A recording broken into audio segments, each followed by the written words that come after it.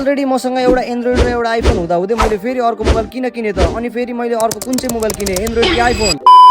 Hello and नमस्ते। आज हो डे 33। आज चाहिँ बिहान बिहान उठेर ब्रस गर्नु पर्यो भनेको मनजनमा त सबै पानी छिरेछ अनि अब ब्रस त गर्नै पर्यो नि भनेर म चाहिँ सफारी लिएर गएँ किराना पसल र मैले त्यहाँबाट लिएर आएँ नयाँ मनजन किनेर। त्यसपछि दाँत हानिसकेपछि म चाहिँ लागेँ खाना खानातिर र एकैछिनमा मैले खाना पनि खाइहालेँ। त्यसपछि म रेडी भएँ त्यो पनि पोर्चुगलको जसो आएर किनभने चाहिँ आज फेरि पोर्चुगलको गेम छ बेलुका अनि मलाई चाहिँ सरले क्लासमा बोलाउनु भएको थियो त्यही भएर चाहिँ म साइकल लिएर गइहालेँ विराट चोकतिर। अनि फेरि विराट चोक पुग्दाखेरि चाहिँ मलाई फेरि गर्मीले पसिना आएर यस्तो डेन्जर भएको थियो नि त्यही भएर चाहिँ सुरुमा म गएँ दोकान किनभने दोकानको फ्यानमा हावा खान र दोकानको फ्यानमा हावा खाएर एकछिन फ्रेस भइसकेपछि दोकानमै साइकल छोडिदिएर म चाहिँ हिँड्दै हिँड्दै गएँ क्लासतिर। अनि सरले चाहिँ मलाई कम्प्युटरमा यो सुट देखाएर चाहिँ तिमीले पनि यस्तै खालको सुट सिलाउनु पर्छ भन्न थाल्नु भयो। अनि अब सिलाउनै पर्छ भनेपछि नसिलाएर त भएन नि भनेर म चाहिँ गएँ हाम्रै विराट चोकमा भएको रबिन वस्त्रालयमा र मैले टाइम वेस्ट नगरिकन मैले फोटो देखाएर त्यहाँ भएको सुटको कपडा पनि निकाल्न लाइहालेँ र त्यहाँको दाइले एकैछिनमा मेरो लागि कपडा पनि निकालिदिइहाल्नु भयो र त्यसपछि नापजोक गरेर दाइले मलाई बिल पनि दिइहाल्नु भयो। त्यसपछि म फेरि आएँ क्लास र सरलाई लिएर म गएँ चिया पसल र हाम्रो चिया पनि एकैछिनमा आइहाल्यो र हामीले चिया खाएर सर चाहिँ जानुभयो क्लास र म चाहिँ गएँ किराना पसल किनभने मलाई फोन गरेर मम्मीले चाउचाउ ल्याउन भन्नुभएको थियो अनि चाउचाउ किनेर झोलामा हालेर म चाहिँ जाँदै थिएँ घर। अनि मैले बाटामा चाहिँ 2-3 वटा घरमा चाहिँ यस्तो सेतो पर्दा लगाएको देखेँ। खासमा यो सेतो पर्दा चाहिँ किन लगाएको होला यदि हजुरहरूलाई थाहा छ भने चाहिँ कमेन्ट पनि गरिदिनु होला। र म एकैछिनमा घर पनि पुगिहालेँ र घरमा पुग्दा चाहिँ मेरो हालत गर्मीले यस्तो भएको थियो